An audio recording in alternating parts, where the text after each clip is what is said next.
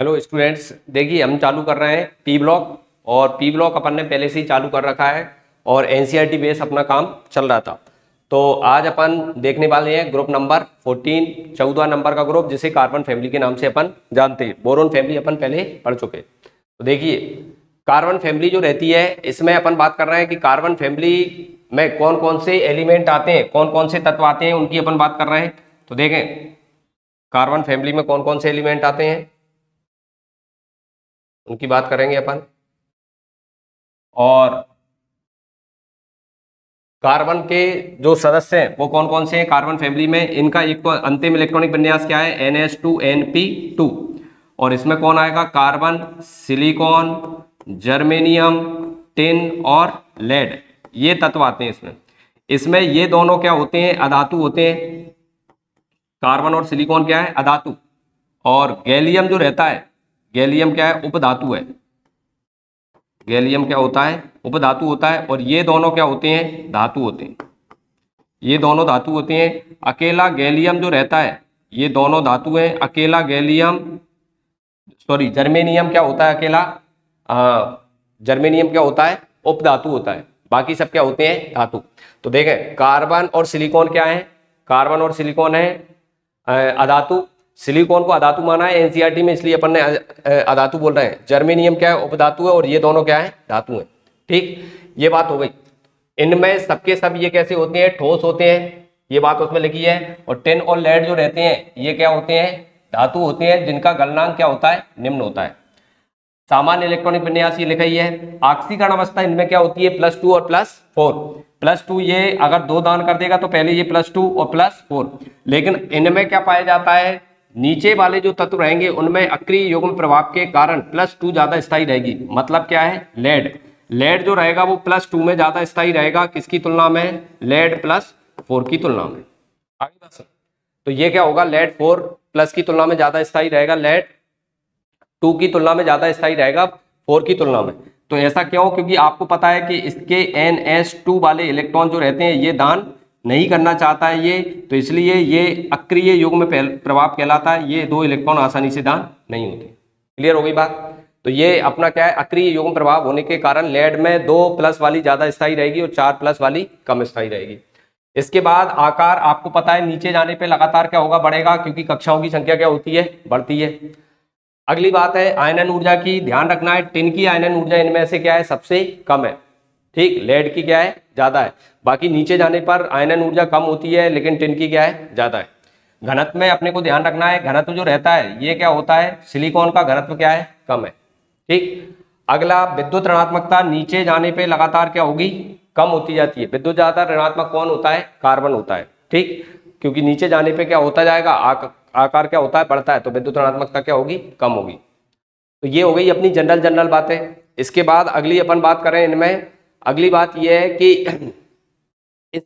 इस वाले जो समूह है उनमें काय का गुण धर्म होता है, कैटेनेशन। कैटेनेशन का मतलब है श्रृंखला बनाने की प्रवृत्ति। तो ये एक दूसरे से जुड़कर श्रृंखला बनाते हैं, उसे हम कैटेनेशन कहते हैं। ठीक, किसको, लेड के अतिरिक्त सभी श्रृंखला बनाने की प्रवृत्ति रखते हैं। और नीचे जाने पर क्या होता है, परमाणु का आकार क्या होता है, बढ़ता है। विद्युत ऋणात्मकता क्या होती है, कम होती है। कैटेनेशन की प्रवृत्ति सबसे ज्यादा किसमें है, कार्बन। कार्बन सबसे ज्यादा श्रृंखला बनाता है। उसका कारण क्या है, वो स्वयं के साथ क्या कर सकता है, डबल बॉन्ड, ट्रिपल बॉन्ड बना सकता है। और अन्य परमाणु के साथ भी डबल बॉन्ड और ट्रिपल बॉन्ड बना सकता है। 2 बंदों 3 बंद बना सकता है। ये एक विशिष्ट गुण धर्म होता है। और ये ऐसा क्यों कर सकता है, पी पाई बंद बनाता है। कुल मिला के इसमें क्या है, पाई बंद बन सकता है, ये सिग्मा बंद और ये पाई बंद। तो पाई बंद बनाने की प्रवृत्ति इसमें पाई जाती है। क्लियर हो गई बात। अच्छा, इसके बाद अगला, अन्य जो परमाणु रहते हैं उनका आकार क्या होता है, बड़ा होता है, इसलिए वो ऐसा काम नहीं कर पाते। आगे मैं आपको एक सिलिकॉन का एग्जांपल भी दूंगा।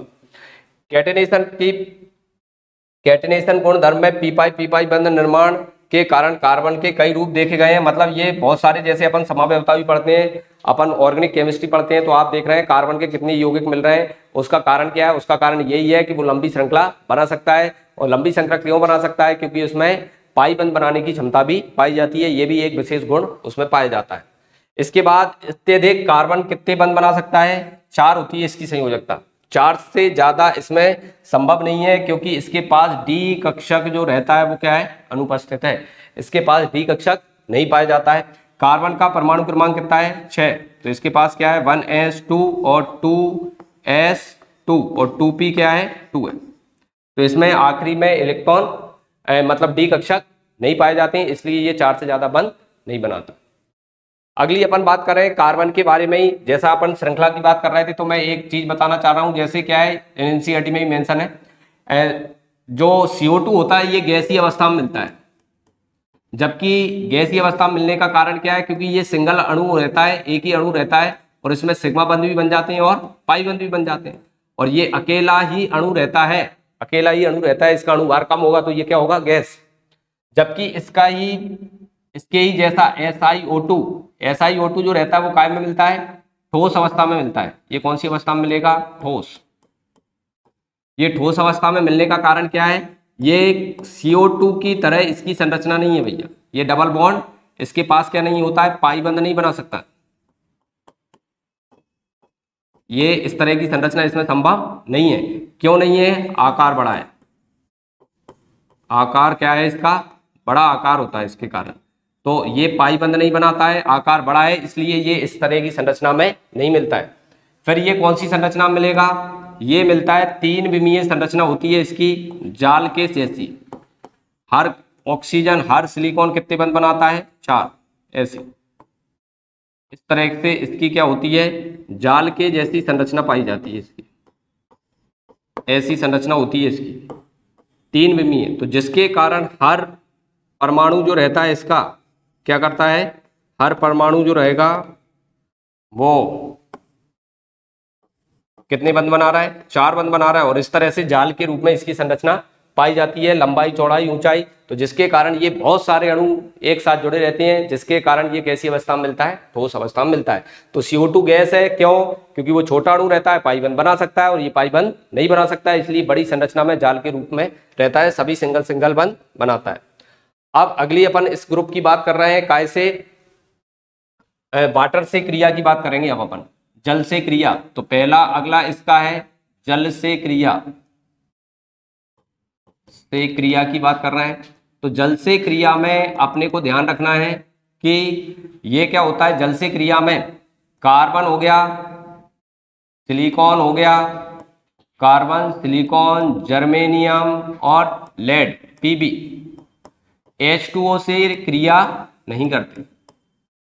एक अकेला कौन, टिन SN, ये स्टीम से रिएक्शन करता है, भाप से क्रिया करता है, भाप से क्रिया करके ये काय में बदल जाता है, SnO2 में बदल जाता है, और हाइड्रोजन गैस को विस्थापित करता है। तो बाकी कोई ऐसा क्या नहीं करते हैं, जल से क्रिया नहीं करते। तो पहली क्रिया दी है, ये सारी बातें एनसीईआरटी में दी है, अपन उनके तहत ये काम कर रहे हैं। अगली बात इसमें क्या है, अगली बात है कि इसके जो ऑक्साइड होते हैं कि उनकी प्रकृति क्या होती है, ऑक्साइड, ठीक। तो इसके पास जो ऑक्साइड है, ये 2 प्रकार के ऑक्साइड बनाते हैं, ये एक तो बनाते हैं MO टाइप, और एक बनाते हैं कैसे, MO2 टाइप। MO टाइप मतलब ऑक्सीकरण अवस्था +2 है, और MO2 टाइप मतलब ऑक्सीकरण अवस्था +4 है। इसमें क्या आ जाएगा, CO के बाद SiO, ठीक है, जर्मेनियम, टिन और लेड। इसमें एनसीईआरटी में देके रखा है, इसको क्या माना है, उदासीन, इसको उदासीन मान के रखा है, इसके बारे में कुछ नहीं बोला है तो हम भी नहीं बोल रहे। इसको माना है अम्लीय, इसको अम्लीय ऑक्साइड माना है, और ये दोनों को माना है उभयधर्मी, इन दोनों को उभयधर्मी, उभयधर्मी मतलब अम्ल और क्षार दोनों के गुण है। MO2 टाइप में क्या है, CO2, SiO2, ठीक है, जर्मेनियम, टिन, O2 और PbO2, ठीक। तो इन तीनों को क्या माना गया है, अम्लीय, ये तीनों अम्लीय होते हैं, और नीचे के दोनों कैसे हैं, उभयधर्मी, ठीक। तो ये इनके ऑक्साइड के बारे में बात, सीधी बात है, जो ऊपर वाला रहता है अधातु रहता है, उसके ऑक्साइड कैसे होते हैं, अम्लीय गुण उनमें ज्यादा होता है, और धातुओं के ऑक्साइड कैसे होते हैं, क्षारीय प्रकृति के या उभयधर्मी प्रकृति तक चले जाते हैं, ठीक। तो ये इनके क्या हो गए, ऑक्साइड की बात। अगली बात है काय की, हैलाइड। हैलाइड, और हैलाइड में बनाने की क्रियाशीलता की प्रवृत्ति फ्लोरीन, क्लोरीन, ब्रोमीन और आयोडीन। ठीक, स्थायित्व का भी क्रम और क्रियाशीलता भी किससे ज्यादा करते हैं, इससे।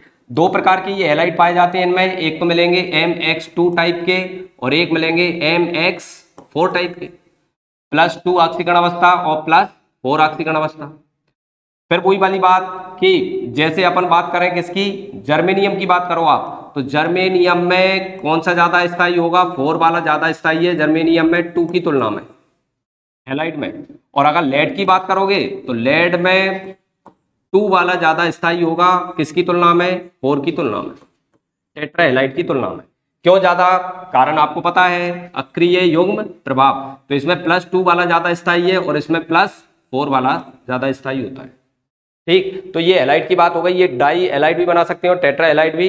और टेट्रा हैलाइड किसमें स्टेबल है, टेट्रा हैलाइड है स्टेबल किसमें, ऊपर वालों में, और नीचे वालों में कौन सा ज्यादा स्टेबल है, कौन सा ज्यादा स्थायी है, लेड ज्यादा, लेड का 2+ वाला ज्यादा स्थायी है, अक्रिय युग्म प्रभाव के कारण। अक्रिय युग्म,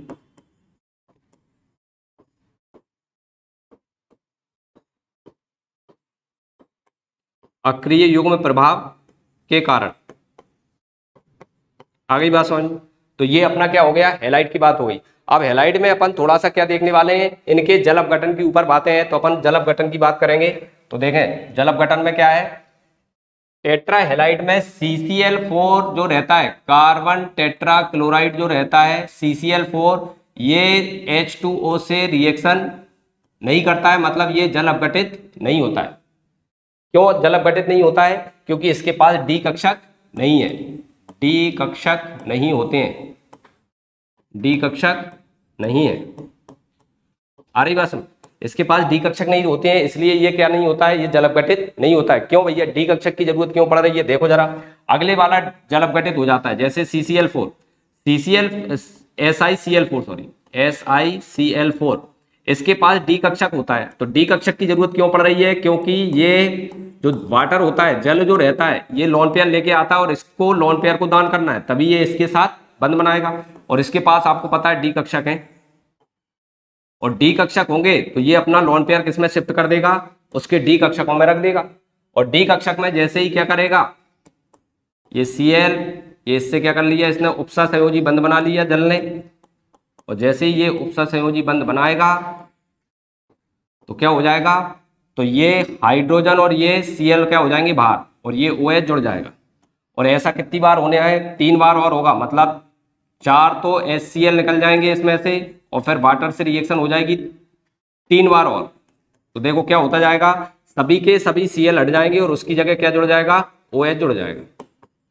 तो ये सभी हैलाइड जो रहते हैं वो जल अपघटित हो जाते हैं। अकेला कौन जल अपघटित नहीं होता है, CCl4 जल अपघटित नहीं होता है, मतलब जल से क्रिया नहीं करता है। उसका कारण क्या है, उसके पास डी कक्षक नहीं है, इंपॉर्टेंट बात है। और ये लोन पेयर को दान करता है, तो जो लोन पेयर को दान करता है उसको लुईस क्या कह गए, लुईस के अनुसार वो क्या होता है, क्षार होता है। ये क्षार का काम करता है और ये अम्ल का काम करेगा। तो ये लुईस क्षार का काम नहीं कर सकता है, इसलिए जल अपघटित नहीं होता है। तो ये जल अपघटन वाली बात हो गई। अब अगली अपन बात कर रहे हैं इसके अपर रूपों की बात करेंगे। तो अपर रूप क्या होते हैं, इस समूह में जो अपर रूप है, लेड के अतिरिक्त सभी अपर रूपता दर्शाते हैं। अपर रूप मतलब एक से ज्यादा रूपों में मिलना।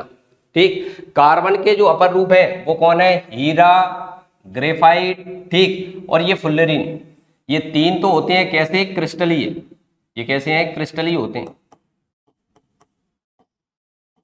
ये क्रिस्टलीय कहलाते हैं। और बाकी के बचे हुए चारकोल, लैंप वगैरह, ये सब कैसे हैं, अक्रिस्टलीय। ये कैसे होते हैं, अक्रिस्टलीय अपर रूप है। ठीक है, मेन अपने को कार्बन के अपर रूप की बात करना है। हीरा और ग्रेफाइट और फुल्लेरीन, ये तीनों इंपॉर्टेंट है। इस वाला टॉपिक जो है इसमें सबसे ज्यादा इंपॉर्टेंट यही है और इनके ऊपर ही ज्यादा क्वेश्चन आता है, तो अपन इनकी बात करने वाले हैं। ठीक, और बाकी इसमें दिया है कि सिलिकॉन के भी अपर रूप रहते हैं, तो इतना ज्यादा आपको पढ़ने की जरूरत नहीं है। आपको कार्बन के अपर रूप पे ज्यादा विशेष ध्यान देना है, बाकी और की रीडिंग आप लगा सकते हो। तो चलिए, कार्बन के जो अपर रूप है उनमें सबसे पहला अपर रूप दिख रहा है आपको क्या, हीरा, ग्रेफाइट, हीरा। तो हीरा जो रहता है वो कार्बन का एक रूप है और इसमें क्या होता है, हर कार्बन इस तरह से बंध बनाता है, कितने, 3 विमीय संरचना में जुड़ा रहता है और कार्बन के पास संकरण है sp3।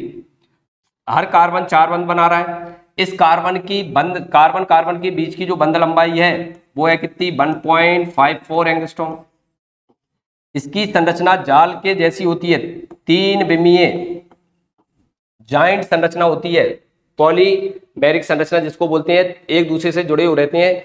ठीक, ये एक दूसरे से कनेक्टेड रहते हैं कार्बन के परमाणु।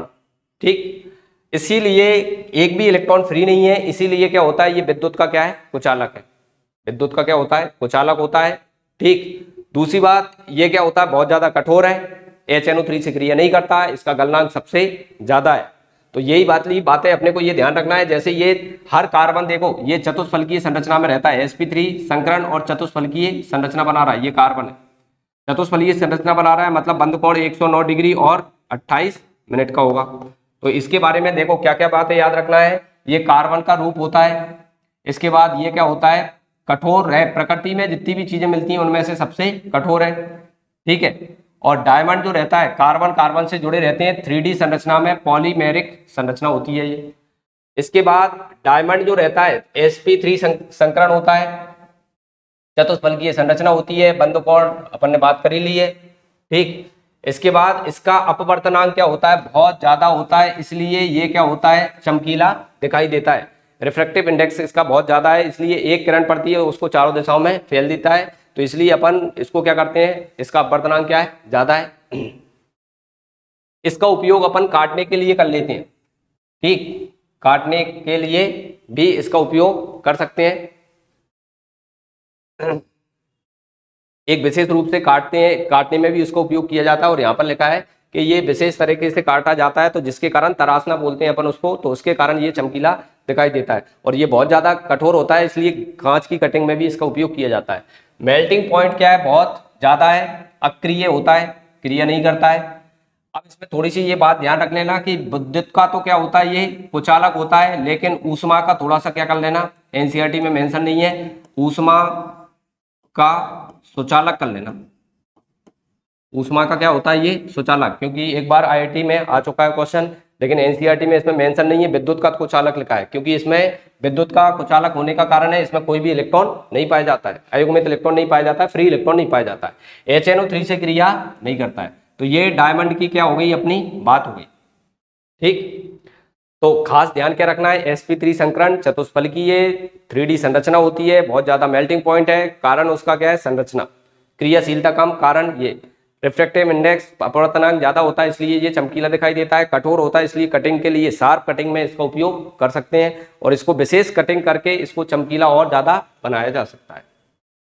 अगली अपन बात करेंगे ग्रेफाइट की। तो ग्रेफाइट जो रहता है वो भी कार्बन का एक रूप है, और एक कार्बन का रूप होता है, इसमें क्या होता है, हेक्सागोनल परतें बनी रहती हैं। ये देखो, ये हर कार्बन कितने बंध बनाता है, इस टाइप से हर कार्बन बेंजीन की तरह क्या बंध बनाता है, हर कार्बन ये बंध बनाता है बेंजीन की तरह, डबल बंध, फिर सिंगल, फिर डबल, फिर सिंगल, इस तरह से बंध बनाता है। हर कार्बन पर संकरण है sp2।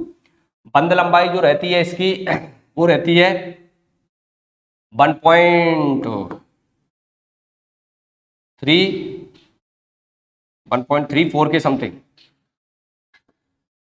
1.34 के समथिंग इसकी बॉन्ड लेंथ रहती है, कार्बन कार्बन के बीच की, नहीं सॉरी, कार्बन कार्बन के बीच की 1.4 रहती है, कार्बन कार्बन के बीच की बॉन्ड लेंथ ये करना पड़ेगा भाई। ठीक, कितनी है, 1.42 एंगस्ट्रॉम, 1.42 एंगस्ट्रॉम, ये कार्बन कार्बन के बीच की क्या है, बंध लंबाई है।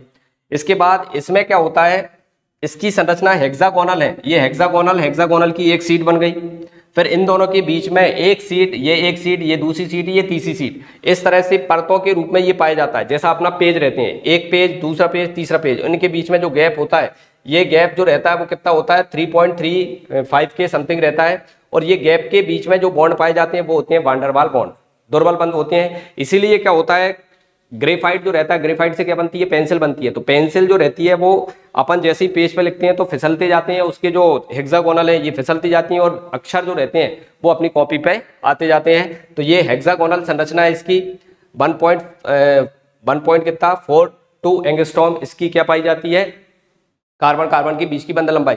इसमें इलेक्ट्रॉन फ्री रहते हैं, ये इलेक्ट्रॉन इधर उधर घूमते रहते हैं, इसलिए ये विद्युत का क्या होता है, सुचालक होता है। एक दूसरे पर ये फिसल जाता है, इसलिए इसको ड्राई लुब्रिकेंट में उपयोग में लाते हैं। ठीक, मतलब शुष्क स्नेहक के रूप में, जैसे ऑयल वगैरह रहता है उसमें आग लगने का अगर डर है, ज्यादा तापमान है, तो फिर उसकी जगह पे अपन इसका इस्तेमाल कर सकते हैं। ठीक, तो इसकी संरचना कैसी है, ये मुलायम है, वान डेर वाल्स बंद पाए जाते हैं इसके कारण। तो इसके बारे में जो जो बातें लिखी है वो देखो, ये कैसा होता है, डार्क ग्रेसी टाइप का रहता है, क्रिस्टलीय ठोस होता है, डायमंड की तुलना में क्या होता है, HNO3 से क्रिया कर लेगा। 2D संरचना इसकी, दो विमीय संरचना, सबसे ज्यादा इंपोर्टेंट संकरण sp2 बेंजीन के जैसा, उसमें क्या था sp3। हर कार्बन 3 बंध बना रहा है। ठीक, हर कार्बन 3 बंध बनाता है और लगातार क्या होता रहता है, हर कार्बन अन्य 3 कार्बनों से जुड़ा रहता है, इसलिए अन्य, जैसे ये कार्बन देखो आप, ये कार्बन, ये तो वान डेर वाल्स वो है, 1 2 और 3 कार्बनों से जुड़ा रहता है और डबल बॉन्ड, और इसकी जो इकाई होती है वो क्या होती है, हेक्सागोनल इकाइयां होती हैं। परतीय संरचना होती है, एक परत और दूसरी परत के बीच में कौन सा, वान डेर वाल्स फोर्स पाया जाता है, और इन दोनों के बीच में, एक परत और दूसरे परत के बीच में 3.3 के समथिंग क्या होती है, बीच में गैप होता है, जिसमें वान डेर वाल्स फोर्स होता है, ये फिसलता है। अगली बात इसमें लिखी है, ग्रेफाइट जो रहता है, कार्बन 3 बंध बनाते हैं, वही है पाई बंध का निर्माण करता है, पाई इलेक्ट्रॉन पाए जाते हैं इसमें, इसकी बंध लंबाई ये है, डायमंड की क्या थी, ज्यादा थी इसकी तुलना में, क्योंकि वहां पे सिंगल बंध होता है। ये क्या होता है, विद्युत का सुचालक होता है, उसमें से विद्युत धारा प्रवाहित हो जाती है, क्योंकि इसके पास जो इलेक्ट्रॉन है वो मुक्त इलेक्ट्रॉन बचा रहता है। क्रियाशीलता इसकी क्या है, ज्यादा है। इसके बाद अगली इसमें बात लिखी है कि ये लुब्रिकेंट के रूप में, स्नेहक के तरह उपयोग में ला सकते हैं, अपन ने बात करी ली है। इसके बाद क्या होता है, पेंसिल में इसका उपयोग करते हैं, जिसे लेड पेंसिल कहते हैं, और लेड पेंसिल में लेड का कितना परसेंट है, 0%। ठीक, इसके बाद जो काले धब्बे बन जाते हैं उसको क्या बोलते हैं, ब्लैक लेड या प्लम्बो गो के नाम से इसको जाना जाता है। ठीक, तो ये इसकी बात हो गई, काले रंग के धब्बे छोड़ता है ना, कुल मिला के पेंसिल वाली बात हो रही है। तो ये ग्रेफाइट के बारे में बात हो गई। इसके बाद ग्रेफाइट जो रहता है, ग्रेफाइट जो रहता है थर्मोडायनेमिकली रूप से सबसे स्थायी रूप है, हाँ ये ऊपर लिखा है, सबसे ऊपर देखें जरा, इंपोर्टेंट बात है ये, थर्मोडायनेमिकली रूप से सबसे ज्यादा स्थायी रूप कौन है, ग्रेफाइट। मतलब थर्मोडायनेमिक में आप पढ़ते हो, किसी का निर्माण करते हैं अपन, तो वहां पे क्या लेते हैं, कार्बन का कौन सा रूप लेते हैं, ग्रेफाइट। तो ग्रेफाइट को सबसे स्थायी रूप माना गया है थर्मोडायनेमिक रूप से, ये ज्यादा इंपोर्टेंट बात है। ऊष्मागतिकी रूप से थर्मोडायनेमिक में अपन पढ़ते हैं ना, निर्माण की एंथैल्पी वगैरह, तो उसमें ये ग्रेफाइट का उपयोग किया जाता है। अब अगली बात कर रहे हैं हम किसकी, कार्बन का एक रूप है जिसका नाम होता है क्या, फुल्लेरीन। तो ये इसको काय से बनाया जाता है, इसको बनाया जाता है, जो ग्रेफाइट रहता है उसी में लाइट या बीम जो रहता है, लेजर बीम की सहायता से उसे काय में ऐसी एक फुटबॉल नुमा एक संरचना रहती है, उसमें परिवर्तित किया जाता है, जिसे अपन क्या कहते हैं, फुल्लेरीन कहते हैं। फुल्लेरीन जो रहता है, ये कई प्रकार के फुल्लेरीन, लेजर बीम जो रहता है उसकी सहायता से इसको बनाया जाता है। ठीक, होने को तो फुल्लेरीन कई टाइप के होते हैं, जैसे C16 होता है, C17 होता है, और C क्या होता है, जैसे 80 90 ये होता है। हमारे सिलेबस में मेन है C16। तो C16 नाम का जो फुल्लेरीन होता है उसे क्या बोलते हैं अपन, बकमिस्टर फुल्लेरीन या बक्की बॉल के नाम से इसको जाना जाता है, जैसा कि आपको इस संरचना में दिख रहा है। मतलब इसके 60 परमाणु आपस में जुड़ के ये बनाते हैं। इसमें ध्यान देना है कि 2 प्रकार की इकाइयां पाई जाती हैं। एक तो आप देखोगे इसमें, एक तो मिलेगी हेक्सागोनल, जैसे ये दिख रहा है हेक्सागोनल, देख 6 कोने वाला, तो एक तो इसमें मिलता है हेक्सागोनल ऐसा, एक मिलता है पेंटागोनल, इसको मैं पेंटागोनल बना देता हूँ, एक मिलेगा पेंटागोनल। तो इसमें आपको कहीं पे पेंटागोनल भी दिख रहा होगा, 5 कोने वाला, ये देखो ये पेंटागोनल। ठीक, तो इसमें 2 प्रकार की इकाइयां मिलती हैं, एक तो पेंटागोनल और एक क्या मिलती है, हेक्सागोनल। ये इस टाइप की इकाइयां मिलती हैं। तो जो C16 है, इसमें जो पेंटागोनल होता है उनकी संख्या है 12, और इनकी संख्या, हेक्सागोनल की संख्या क्या है, 20 है। ये ध्यान रखना है, संख्या याद रखना है भैया, पेपर में आता है। इसके बाद ये जो पेंटागोनल रहता है, ये किससे जुड़ता है, हेक्सागोनल से जुड़ता है। मतलब ये अकेला किससे जुड़ जाता है, इससे जुड़ता है। बाकी जो हेक्सागोनल होता है वो पेंटागोनल से भी जुड़ सकता है और हेक्सागोनल से भी जुड़ सकता है। मतलब ये रिंग दोनों से जुड़ सकती है और ये केवल इससे जुड़ सकती है। ठीक, इसके बाद इसमें क्या होता है, 5 परमाणु वाली वलय जो मैंने आपको बताया वही सारी बातें लिखी हैं। इसके बाद संकरण याद करना है sp2। इसके बाद इसमें सिग्मा बंध और पाई बंध भी पाए जाते हैं, दोनों प्रकार के बंध पाए जाते हैं। अब इसमें जो बंध लंबाई दी है वो बंध लंबाई, इसमें कार्बन कार्बन के बीच की जो बंध लंबाई है वो 2 प्रकार की है भाई। एक तो होती है 1.43 के समथिंग, और एक होती है थोड़ी सी ज्यादा उससे, मतलब उसकी कंपैरिजन में ज्यादा है 1.38 के समथिंग। 2 प्रकार की हैं, मतलब इसमें सिंगल बंध भी है और डबल बंध भी है। तो ये एनसीईआरटी में मेंशन है, इसमें एक ही लिखा है, तो तुम तो ये वाली चीज याद करना कि 1.34 एंगस्ट्रॉम के समथिंग और ये 1.38 के समथिंग। ये कहने का मतलब ये है कि हीरे से तो कम है लेकिन ग्रेफाइट से क्या मानेंगे, ज्यादा, थोड़ी सी ज्यादा है। ग्रेफाइट के कंपैरिजन में क्या होती है, थोड़ी सी ज्यादा। इधर आप इसको 5 भी कर देना ऐसा, ठीक। तो उसकी तुलना में क्या होती है, ज्यादा सिंगल बंध की, और इसमें थोड़ा सा सिंगल बंध भी है और डबल बंध भी है। 2 प्रकार की बंध लंबाई पाई जाती है। तो ये आपको ध्यान रखना है, उसको याद मत कर लेने वाले, ठीक। इसके बाद अगली इंपोर्टेंट बात है शुद्धतम रूप। एनसीईआरटी में मेंशन है, तो शुद्धतम रूप जो रहता है वो कार्बन का शुद्धतम रूप है। ये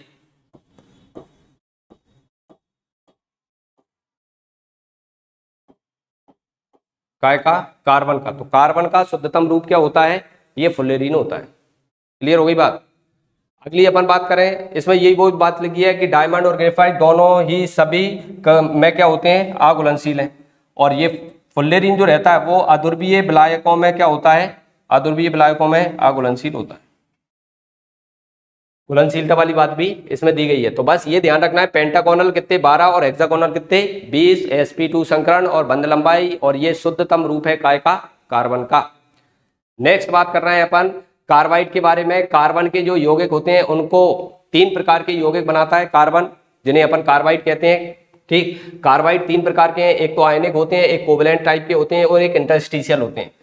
आयनिक, सहसंयोजी और कौन से, अंतरकाशीय। तो देखो इसमें तीनों प्रकार के में इसमें लिखा है कि ये पहले ग्रुप वाले, और इनको कौन से वाले, 13 ग्रुप वाले जो रहते हैं वो कार्बन से क्रिया करके क्या बना देते हैं, ये आयनिक कार्बाइड का निर्माण करते हैं। आयनिक कार्बाइड 3 प्रकार के हैं, एक तो होते हैं मीथेनाइड। मीथेनाइड में कार्बन किसके फॉर्म में रहता है, C4 के टाइप में। अब इसको मीथेनाइड क्यों कहते हैं, क्योंकि तुम्हें पता है कि इनको जैसे ही आप जल से क्रिया कराओगे, H2O से क्रिया कराओगे, तो ये मीथेन का निर्माण कर देते हैं, इसलिए इनका नाम पड़ जाता है क्या, मीथेनाइड। एक है एसिटिलाइड, ये क्या होते हैं, इनमें जो इकाई होती है C2 और C2 डाई नेगेटिव।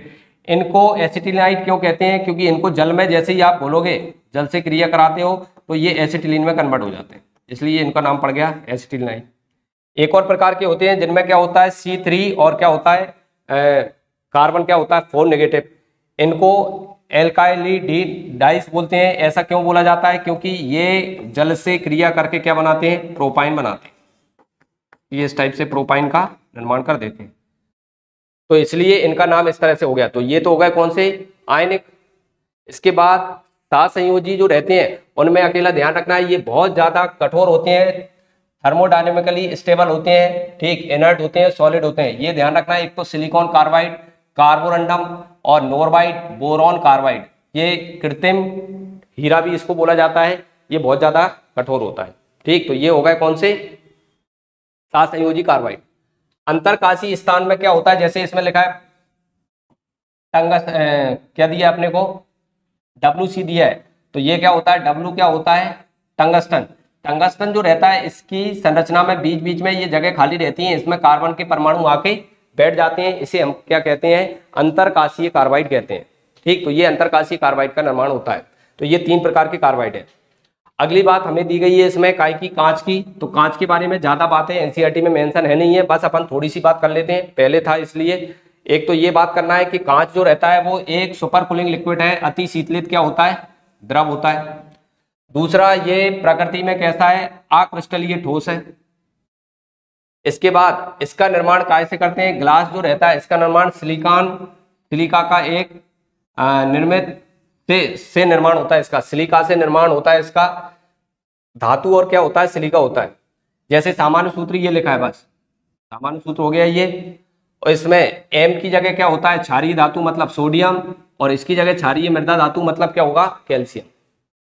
एक ये बात ध्यान रख लेना कि कांच जो रहती है, ईचिंग ऑफ ग्लास का मतलब क्या है, कांच जो रहता है उसमें अपन किसको नहीं रख सकते, HF को, HF फ्लोरीन को हाइड्रोजन फ्लोराइड को नहीं रख सकते, क्योंकि ये उसको क्या कर देता है, गला देता है, मतलब उससे रिएक्शन कर लेता है और कांच को क्या कर देगा, खराब कर देगा। और अंत में ये ध्यान रखना है कि कांच को खराब करके वो कायम बदलता है, H2SiF6 में बदलता है। ये वाला क्वेश्चन आता रहता है, पहले आ चुका है, आजकल तो क्या है एनसीईआरटी में ये कांच मेंशन नहीं है, इसलिए मैंने इसके बारे में इतनी चीजें आपको पढ़ना है। नेक्स्ट अगला दिया है अपने को, अगला दिया है, अगला क्या है, सिलिकेट्स के बारे में बात करना है अपने को। सिलिकेट्स क्या होते हैं, ये इकाई होती है काय की SiO4 नेगेटिव, ये सिलिक 4 नेगेटिव, ये सिलिकेट्स की क्या है, इकाई है। सिलिकेट्स क्या होते हैं, जो पत्थर जितने भी पाए जाते हैं, धूल मिट्टी पत्थर वगैरह पाए जाते हैं, उनको सिलिकेट्स कहते हैं। इसमें हर सिलिकॉन जो रहता है कितने बंध बना रहा है, 4 बंध बना रहा है। चतुष्फलकीय इसकी क्या है, संरचना है, चतुष्फलकीय संरचना होती है, sp3 संकरण होता है, ये चतुष्फलकीय इसकी क्या होती है, संरचना होती है। आगे बात सुन, अब ये क्वेश्चन आ चुका है नीट में। इसके बाद अगली इसकी संरचना जो रहती है, इसके आधार पर सिलिकेट्स को कई भागों में बांटा गया है, लेकिन क्या है अब वो एनसीईआरटी में मेंशन नहीं है, लेकिन इसकी सिलिकेट्स जो रहती है उसकी मूलभूत इकाई याद रखना है, ये पेपर में आ चुका है SiO4 नेगेटिव। अब इसकी ऑक्सीजन जो रहती हैं अन्य किससे साझेदारी करती रहती हैं, अन्य कितनी ऑक्सीजन से जुड़ी रहती हैं, उसके आधार पर इसका क्लासिफिकेशन है। तो अकेला रफली ये देख लेना कि ऑर्थोसिलिकेट किसको कहते हैं, ऑर्थोसिलिकेट उसको कहेंगे जिसमें एक भी ऑक्सीजन परमाणु साझेदारी से नहीं जुड़ा रहता है, सारे के सारे क्या है, इंडिविजुअल रहते हैं। अगला क्या है, पायरोसिलिकेट किसको बोलेंगे, पायरोसिलिकेट की मूलभूत इकाई क्या है, ये है। इसमें क्या है, जैसे कि ये आप देखें, एक ऑक्सीजन जो रहती है वो दोनों इकाइयों से जुड़ी होती है, तो इसमें एक ऑक्सीजन परमाणु जो रहता है दोनों इकाइयों से जुड़ा रहता है, ठीक, मतलब एक ऑक्सीजन साझेदारी में भाग लेती है, उसे बोलते हैं अपन पायरोसिलिकेट। ऐसे ही एक होता है साइक्लिक सिलिकेट। साइक्लिक सिलिकेट में क्या होता है, ये इसकी सामान्य संरचना है और इसमें कितनी, 2, जैसे एक इकाई ये पूरी है, ये पूरी एक इकाई है, 4 ऑक्सीजन जुड़ी है, उसको ऐसा बना दिया, तो इसकी 2 ऑक्सीजन 1 और 2 ये साझेदारी में भाग ले रही हैं, तो इसको अपन क्या कहते हैं, कौन सा सिलिकेट, साइक्लिक सिलिकेट। ऐसा का ऐसा चेन सिलिकेट होता है, उसमें भी 2 इकाइयां भाग लेती हैं। इसके बाद अगला 2D 3D के बारे में बातें लिखी हैं, तो इसमें क्या होता है, 2D सीट जो रहती है उसमें 3 ऑक्सीजन रहती हैं साझेदारी में भाग। फिर 3D वाले में क्या होती हैं, चारों की चारों ऑक्सीजन क्या रहती हैं, चारों की चारों ऑक्सीजन क्या है, साझेदारी में भाग लेती हैं। इसमें 3D सीट्स जो रहती है, इसका जो उदाहरण है वो क्या है, जियोलाइट है, तो वो अपन आगे पढ़ने वाले हैं, जियोलाइट। अब आ जाओ अगली बात है किसके बारे में, सिलिकॉन्स, इंपोर्टेंट, इसके ऊपर भी क्वेश्चन आ चुका है भैया। सिलिकॉन्स क्या होते हैं, एक प्रकार के ये कार्बन और सिलिकॉन से बने हुए क्या होते हैं, बहुलक होते हैं, एक प्रकार के क्या है, ये बहुलक है, कार्बन और अकार्बनिक चीजों से मिलकर बने हुए। इनको जिस वर्ग में रखा जाता है, इसकी मूलभूत इकाई नीट में आ चुका है क्वेश्चन, R2SiO, ये इसकी मूलभूत इकाई है काय की, सिलिकॉन्स की। वो सिलिकेट्स थे, ये क्या है, सिलिकॉन्स। अब सिलिकॉन को निर्माण करने के लिए कौन सी इकाई लगती है, वो रही है ये इकाई। इसमें क्या होता है, RnSiCl4-N। N की जगह यदि मैं 1 रख दूंगा तो देखो क्या बन जाएगा, RSi, 1 रखूंगा तो Cl3, 2 रख दूंगा तो 2SiCl2, 3 रख दूंगा तो R3SiCl और 4 रख दूंगा तो R4Si। तो ये शुरुआत करने की जो इकाई है वो कौन सी है, सिलिकॉन्स बनाने के लिए शुरुआत करते हैं अपन, वो उसकी इकाई क्या है, ये। R की जगह अपन क्या लिख सकते हैं, R की जगह CH3, एल्किल समूह C2H5, ये सब लिख सकते हैं, या फिर फिनाइल ग्रुप भी ले सकते हैं, इनमें से कोई भी लिख सकते हैं, काय की जगह, R की जगह। और हेलोजन की जगह फ्लोरीन, क्लोरीन, ब्रोमीन, आयोडीन। तो अब ये सिलिकॉन्स बनते कैसे हैं वो अपन देख रहे हैं। देखो इसमें कैसे बनाया जाता है, सबसे पहले तो अपन क्या करते हैं, जो एल्काइल हैलाइड है सिलिकॉन से क्रिया करा के इसमें कन्वर्ट करते हैं अपन, और ये कन्वर्ट करके इसकी जो मूल इकाई अपन लेते हैं वो कौन सी ले लेंगे, ये इकाई ली जाती है, इसको 2 करना भाई, ये इसकी मूलभूत इकाई होती है, सबसे पहले इसका उपयोग अपन करते हैं।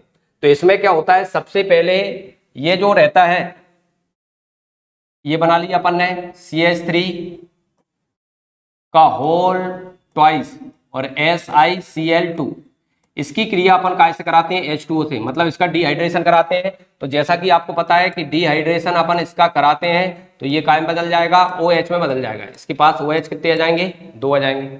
ठीक, अब इनकी क्या होगी, देखो OH ये तैयार है अब क्या करने के लिए, बंद बनाने के लिए। ये देखो इसमें से जल का अणु हटता जाएगा और ये आपस में जुड़ते जाएंगे, ये जल का अणु हटता जाएगा और ये जुड़ते जाएंगे, ये बन गया सिलिकॉन। ये देखो ये Si और CH3 तो अपन ने बोला था कि मूलभूत इकाई क्या होती है, सबसे पहले अपन ने देखा था तो उसमें आपको देखा था R2SiO, तो ये इसकी मूलभूत इकाई है। ये इकाइयां बार बार रिपीट होती जाएंगी तो ये सिलिकॉन्स का निर्माण हो जाएगा।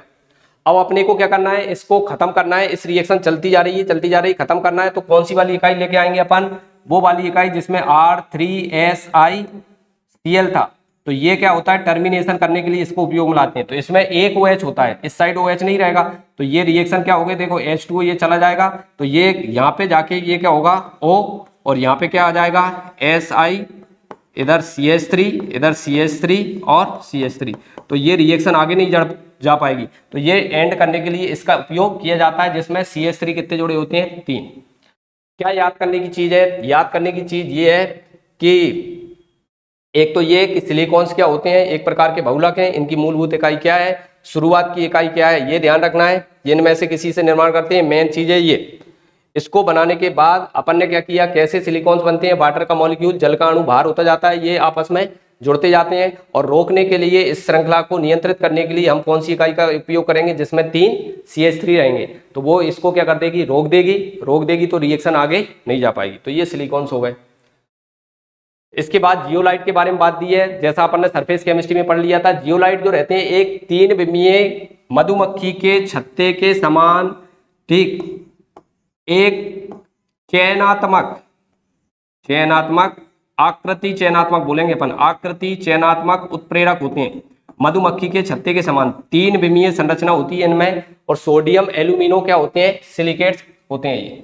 इनका उपयोग काय के लिए करते हैं, पानी को शुद्ध करने के लिए, कठोर जल को क्या करने के लिए, मृदु जल में बदलने के लिए, फिर पेट्रोलियम के व्यंजन करने के लिए, मतलब जो क्या करते हैं अपन, नॉर्मल हेक्सेन से नॉर्मल हेप्टेन वगैरह बनाना, इनके लिए।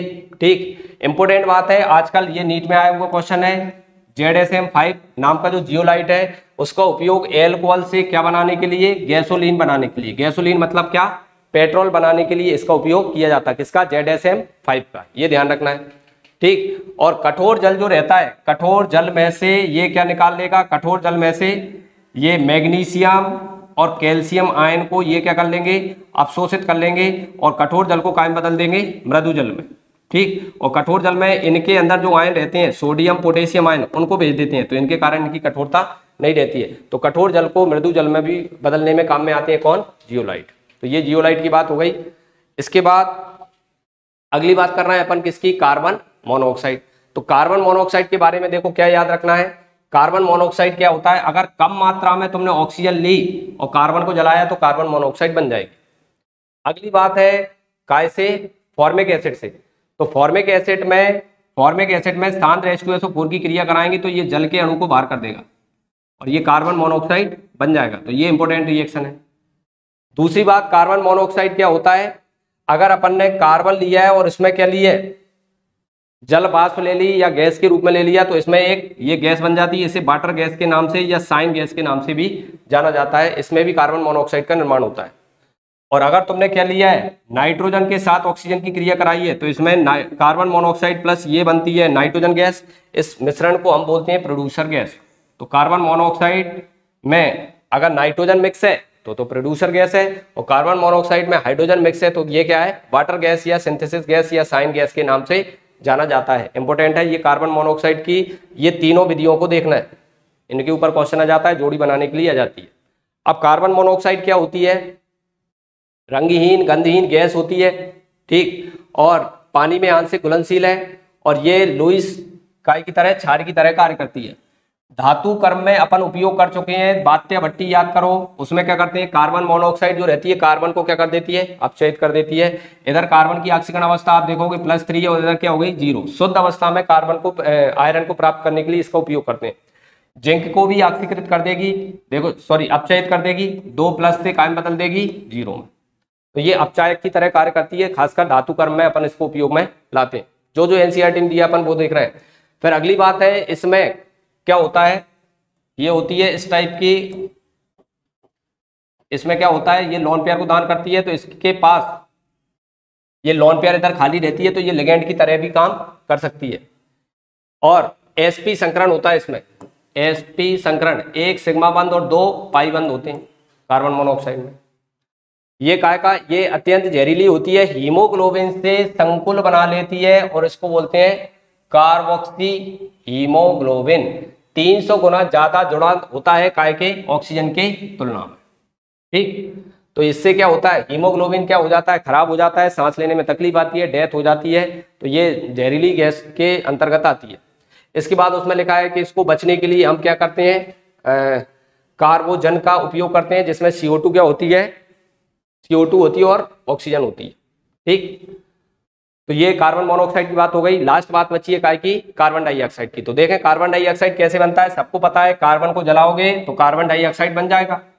अगला, मीथेन का दहन, किसी भी चीज को दहन करोगे जिसमें कार्बन होता है तो वो क्या, वो ऑक्सीजन की उपस्थिति में तो CO2 बनाता है। इसके बाद जैसे चट्टान है, लैब में बना रहे हो, तो ये क्या है, कैल्शियम कार्बोनेट, इसको HCl से क्रिया कराओगे तो भी क्या बन जाएगी, कार्बन मोनोऑक्साइड बन जाएगी। लाइमस्टोन, चूने का पत्थर, कैल्शियम कार्बोनेट। इसके बाद अगला, कैल्शियम कार्बोनेट को गर्म करोगे, कैल्शियम कार्बोनेट को उच्च तापमान पे गर्म करते हैं तो ये उत्पन्न हो जाती है।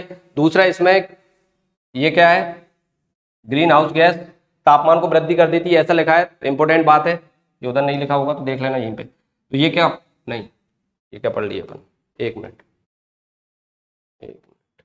हाँ ये यहीं पे रहने दो भाई,